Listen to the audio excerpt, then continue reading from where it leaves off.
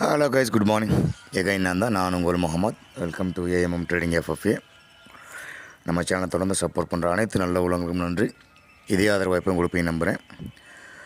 So இன்றைக்கி 2 July Wednesday. So நாளைக்கு நிஃப்டியோட எக்ஸ்பைரி. ஸோ நம்ம 3 நாளைக்கு முன்னாடி சொல்லியிருந்தோம் ஒரு ப்ராஃபிட் புக்கிங் வரதுக்கு பாசிபிலிட்டிஸ் இருக்குது, கண்டிப்பாக வரும் அப்படிங்கிறதே பதிவு பண்ணியிருந்தோம். நேற்றும் அதே மாதிரி சொல்லியிருந்தோம். ஸோ பார்க்கலாம் இன்றைக்கி எந்த மாதிரி போகும் அப்படிங்கிறத பார்த்துடலாம். ஸோ அதுக்கு முன்னாடி வழக்கம் போல் குளோபலில் எந்த மாதிரி போயிட்டுருக்கு அப்படின்னு பார்த்துட்டு நம்ம மார்க்கெட்டுக்குள்ளே உள்ள வரலாம். அந்த வகையில் ஃபர்ஸ்ட் ஆஃப் ஆல் நாஸ்டாக்கு நம்ம நேற்றே பதிவு போட்டிருந்தோம். அந்த 22,800க்கு மேலே போகாத வரைக்கும் நாஸ்டாக் வந்து மேல் நோக்கி போக மாட்டாங்க. அது பாசிபிலிட்டியும் தொடர்ச்சியாக ஒரு 7 நாளாக ஒரே ஏற்றமாகவே இருக்காங்க. கண்டிப்பாக ஒரு ரீடெஸ்ட் எடுப்பாங்க. அப்படி எடுத்தாலும் இந்த 22,500 கீழே போகாத வரைக்கும் அவன் பாசிட்டிவ் ட்ரெண்டில் தான் இருப்பான் அப்படிங்கிறத பதிவு பண்ணியிருந்தோம். அதே மாதிரி தான் நேற்று ஷியோராக கீழே வரைக்கும் வந்துட்டு அந்த 500க்கு மேலே தான் க்ளோஸ் கொடுத்தாங்க. ஸோ இன்றைக்கும் அந்த பழைய சேனலுக்குள்ளே வந்திருக்காங்க. வந்தாலும் பேனிக் ஆக வேண்டிய அவசியம் இல்லை. அந்த 500 லெவலில் உடைக்காத வரைக்கும் ஸ்டில் அப் ட்ரெண்டில் தான் இருப்பாங்க. பட் இப்போ வரைக்கும் அந்த கேண்டில் வச்சு பார்க்கும்போது ரிஜெக்ஷன் மேல் நோக்கி தான் அதிகமாக இருக்குது.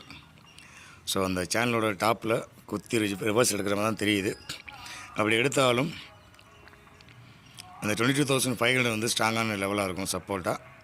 அதை உடைக்காத வரைக்கும் பஞ்சாயத்தில் அப்படி ஒன் கேஸ் உடச்சிட்டாங்க அப்படின்னா அடுத்த நேரம் இங்கே தான் வருவாங்க. விடில் 22,200 to 22,150 இந்த ரேஞ்சுக்கு வந்துடுவாங்க.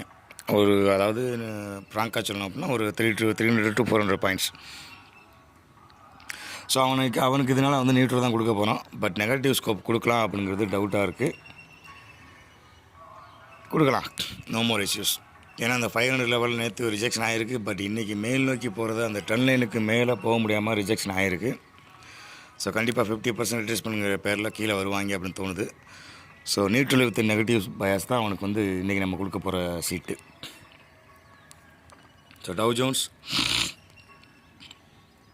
யார் எக்கடினா போங்க, நான் life time high all time high அடிக்காமல் விட மாட்டேன் அப்படிங்கிற பேரில் கரெக்டாக ட்ராவல் பண்ணி போயிட்டே இருக்காப்புல.